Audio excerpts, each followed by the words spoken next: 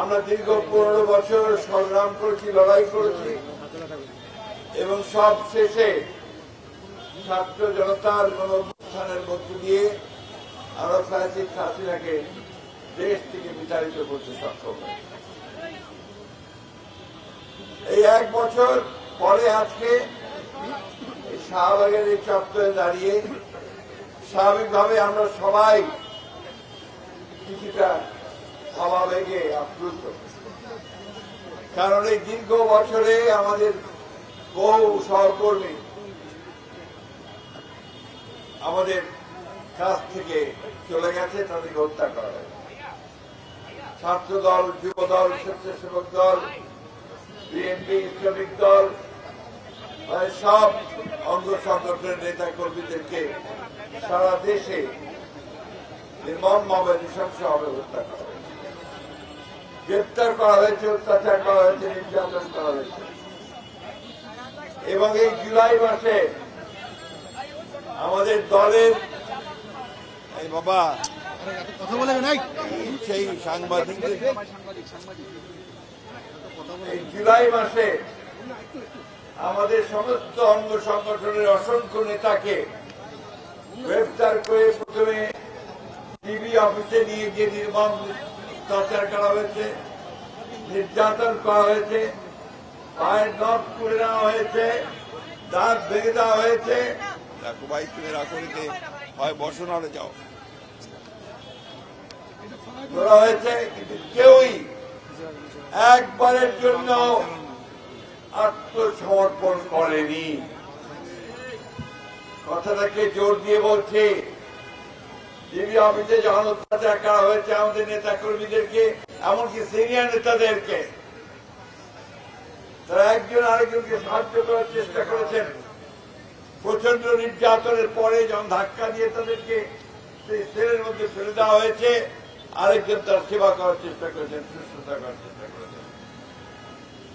প্রিয় সহকর্মীরা, সহযোদ্ধারা, এই কথাগুলো এই জন্য বলছি, আমাদের কোন নেতাই কিন্তু সেদিন কোন মুচলেখা দেন নাই। আমি এই জন্যই এতক্ষণ এই কথাটা বললাম। আজকে টেলিভিশনে, আজকে পত্র পত্রিকায় বারবার করে সেই টিভি অফিসের ছবি দেখানো হয়। আমাদের যে নির্যাতিত নেতা কর্মীরা, যাদের নখ তুলে নেওয়া হয়েছিল, হাড় ভেঙে দেওয়া হয়েছিল, ঝুলিয়ে পিটিয়ে মারা হয়েছিল, এমনকি আমাদের সিনিয়র লিডার টুকু সাহেবকে পর্যন্ত সেদিন ছাড় দেওয়া হয় না। কই আমাদের সাংবাদিক ভাইরা তো তাদের ছবি চাপে না। আমি অনুরোধ করব, প্লিজ, কালোকে কালো বলবেন, সাদাকে সাদা বলবেন, এবং যার যে অবদান আছে সেই অবদানকে স্বীকার করবেন। আমরা কেউ এই মুচলেখা দেয়নি, কোন অত্যাচারের মুখও দেয়নি। বন্ধুগণ, আজকে এই দিনটি এই জন্য আমাদের কাছে খুব অত্যন্ত গুরুত্বপূর্ণ। আমি এখনই মুন্নাকে জিজ্ঞেস করছিলাম যে এই আন্দোলনে, এই জুলাইয়ের আন্দোলনে যুবদলের কয়জন শহীদ হয়েছে? সে বলল 79 জন। ছাত্র দলের তার কয়েকদিন আগে প্রোগ্রাম করেছে, ছাত্র দলের 142 জন। গোটা বাংলাদেশ সেদিন নেমে এসেছিল। শুধুমাত্র কোন কয়েকটি দল, কয়েকটি ছেলে, ছাত্র নয়, সেই 5 বছরের শিশু থেকে শুরু করে 90 বছরের বৃদ্ধ পর্যন্ত সেদিন ফ্যাসিস্ট হাসিনার বিরুদ্ধে রাস্তায় নেমে এসেছিল বন্ধুগণ। এবং তার প্রমাণ আমরা দেখতে পাই যে আজকে এখনই একজন ছেলে সে সামনে এসেছিল আমার, সে দেখতে পায় না, তার 2 চোখ চলে গেছে। এইরকম প্রায় 30,000 ছাত্র জনতা, শ্রমিক, যারা হাসিনার নির্দেশে সেদিন পুলিশের গুলিতে নিহত হয়েছে, শহীদ হয়েছে, অঙ্গ হারিয়েছে, চোখ হারিয়েছে, অন্ধ হয়ে গেছে। এই যে এক যে প্রায় 2000-এর উপরে আমরা মানুষ হারালাম, ছেলে হারালাম, তরুণকে হারালাম, এই যে আমরা প্রায় 30,000-এর বেশি অধিক আমাদের নেতা কর্মীরা অন্ধ হলো, পঙ্গু হলো, তার একটাই তো লক্ষ্যটা হচ্ছে যে ফ্যাসিস্ট শাসনকে বিদায় করে এই বাংলাদেশে একটা গণতান্ত্রিক রাষ্ট্র ব্যবস্থা প্রতিষ্ঠা করা, তাই না? একটা ন্যায্য সমাজ প্রতিষ্ঠা করা। আজকে যখন পত্রিকা খুললাম, বেদনায় একেবারে নীল হয়ে গেছি। দেখলাম 5 জন সমন্বয়কারীকে গ্রেফতার করেছে পুলিশ। তারা জোর করে একটি বাড়ি থেকে একজন সাবেক সংসদ সদস্য বাড়ি থেকে 50 লক্ষ টাকা আদায় করছে। এই কি পরিণতি দেখে আমরা চেয়েছিলাম? এই বাংলাদেশের মানুষকে কেউ এটা চেয়েছিল?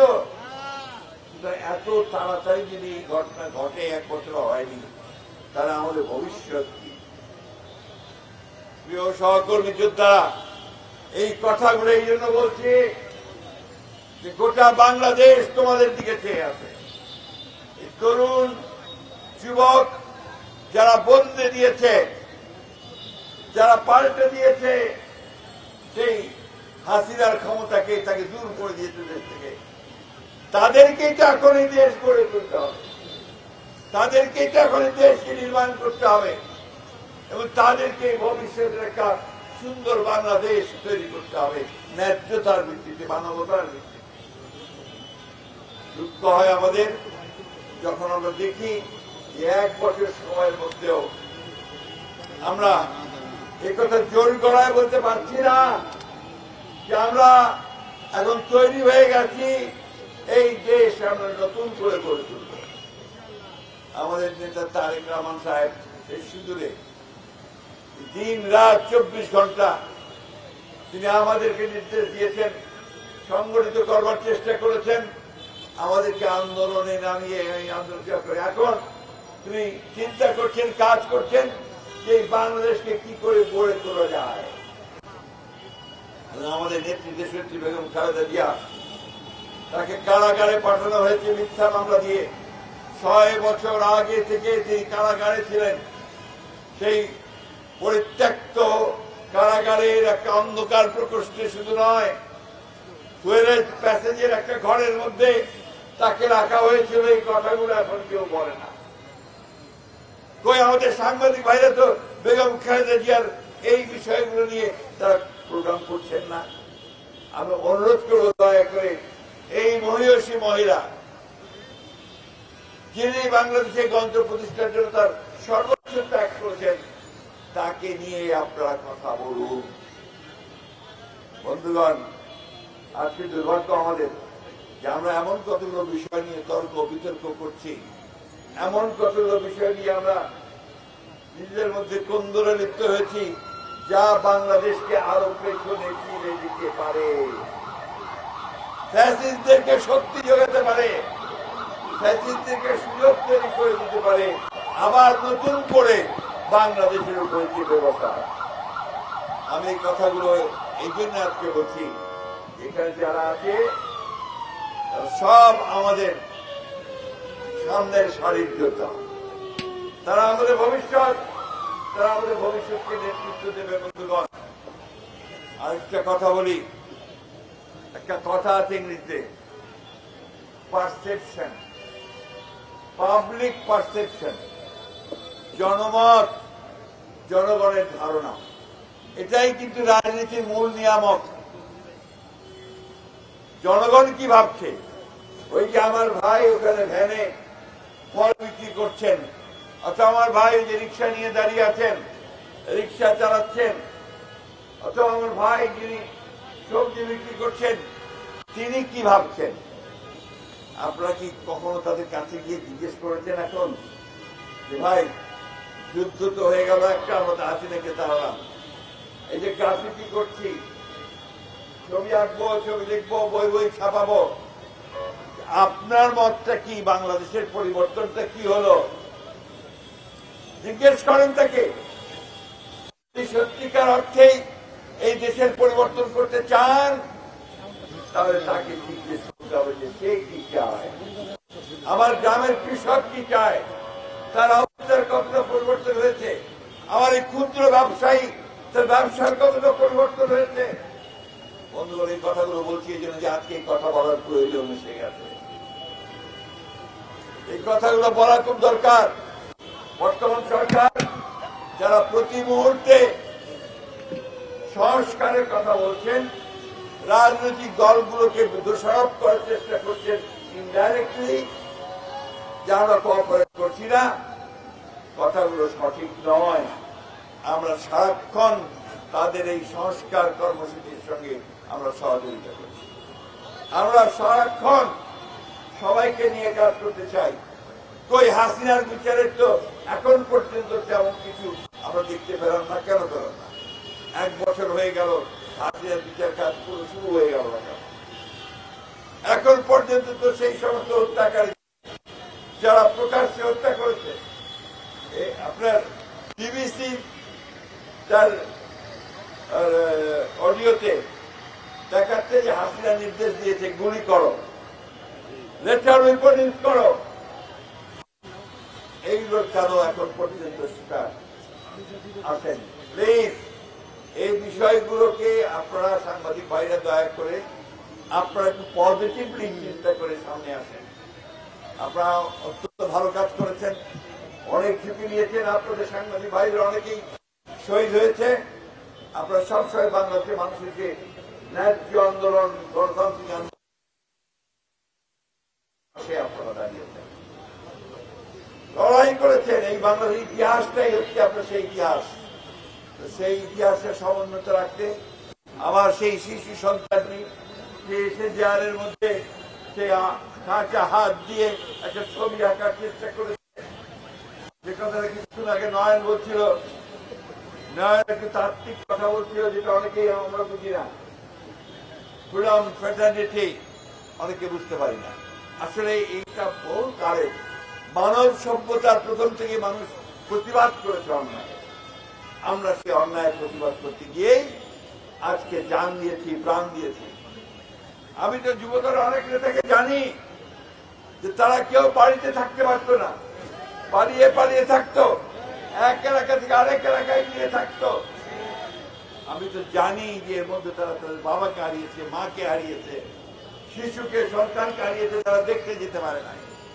আমি তো জানি যে তারা চাকরি পায়নি, ব্যবসাও করতে পারেনি। এই একটা কঠিন অবস্থার মধ্যে দিয়ে তারা বেরিয়ে এসেছে শক্তি শক্তি, কোনদিন মাথা নত করে নাই, কোনদিন আত্মসমর্পণ করে নাই। আমরা সেই দল, যেই দলকে নিয়ে আমরা গর্ব করি। কেন? আমাদের দলের প্রতিষ্ঠাতা শহীদ প্রেসিডেন্ট জিয়াউর রহমান এই দেশের স্বাধীনতা ঘোষণা করেছিলেন, যুদ্ধ করেছিলেন। আমাদের দলের প্রতিষ্ঠাতা তিনি বাংলাদেশের প্রথম সংস্কার শুরু করেছিলেন। শেখ মুজিবের একদলীয় শাসন ব্যবস্থা থেকে তিনি বহুদলীয় গণতন্ত্র এসেছিলেন। তিনি প্রথম অর্থনীতিতে তিনি সংস্কার শুরু করেছেন, গার্মেন্টস শুরু করেছিলেন, তিনি পুলিশের রূপান্তর শুরু করেছেন।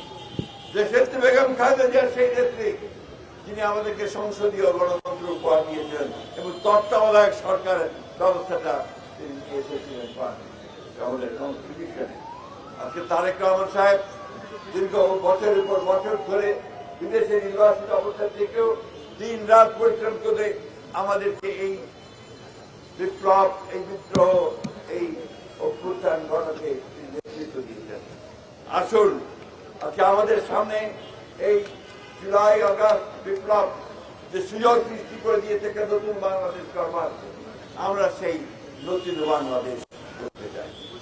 একটা স্লোগান দিয়েছেন চেয়ারম্যান সাহেব আমাদের, কি সবার আগে বাংলাদেশ, দিয়েছেন স্লোগান সবার আগে বাংলাদেশ। এটার অর্থ কি? এটার অর্থ যে আমরা কারোর কাছে মাথা নত করি না, আমরা অন্য কোন দেশের দিকে তাকিয়ে থাকি না। তাই পরিষ্কার করে বলতে চাই, আজকে যারাই চেষ্টা করুন না কেন বিভিন্ন চাকরিকে বেকায়দায় করার জন্য, সেই চেষ্টা করে কোনো লাভ হবে না। এই দেশের মানুষ লড়াই করেছে, লড়াই করতে জানে, লড়াই করে স্বাধীনতা এনেছে, লড়াই করে গণতন্ত্র রক্ষা করেছে। আসুন আমরা আজকে সেই আমাদের শহীদদের যাদেরকে আমরা হারিয়েছি তাদের প্রতি শ্রদ্ধা জানাই, তাদের যে কর্ম সেই কর্মসূচিকে সমাধান করার জন্য এগিয়ে যাই। আজকে আসুন আমরা এই নতুন বাংলাদেশকে গড়ে তুলবার জন্য যে এই বাংলাদেশে এই যুবদল, ছাত্রদল, বিএনপি সকলের দিকে তাকিয়ে সাধারণ মানুষ যেন বলে এরা ভালো মানুষ, ভালো দল, তাই না? যদি না বলে তাহলে কি আমাদের কাজটা ঠিক হবে? আসুন আমরা সেই এগিয়ে যাই, আমরা সেই পথে যে পথে এগুলে আমরা আমাদের মানুষকে সুন্দর একটা বাংলাদেশ উপহার দিতে পারি। আমাদের সকলকে অশেষ ধন্যবাদ। আসসালামু আলাইকুম, খোদা হাফেজ। বাংলাদেশ জিন্দাবাদ, বাংলাদেশ জাতীয়তাবাদ যুবদল জিন্দাবাদ, শহীদ জামানত জিন্দাবাদ, তারেক রহমান জিন্দাবাদ। জুলাই আগস্টের শহীদেরা অমর হোক, অমর হোক। দিল্লি নয়, পিন্ডি নয়, সবাই একসাথে দিল্লি নয়, পিন্ডি নয়, দিল্লি নয়, পিন্ডি নয়। শামীম ওসিম মুক্ত, শামীম ওসিম মুক্ত, নবীন ওসিম মুক্ত, নবীন ওসিম